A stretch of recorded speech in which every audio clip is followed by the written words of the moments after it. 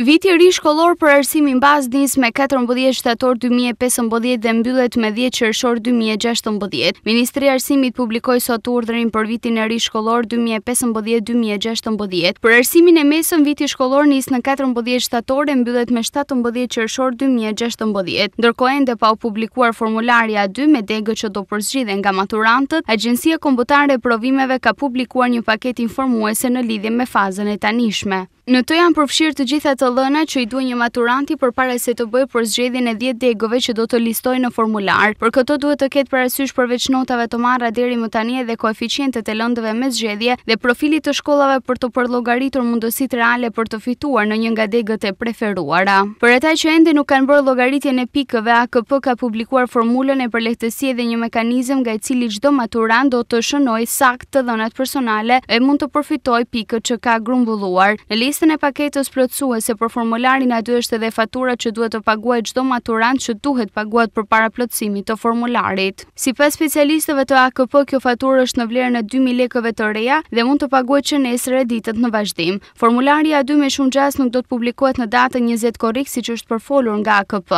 Shpallja e kuotave për çdo program studimi siç duket kalon penge edhe këtë procedurë që si rregull duhet të kryhet brenda këtij muaji. Menjëherë me njohjen e programeve të studimit dhe kuotave për secilën prej tyre, nis plotësimi i formularit A2 në bazë të një grafiku të caktuar sipas rretheve të ndryshme të vendit.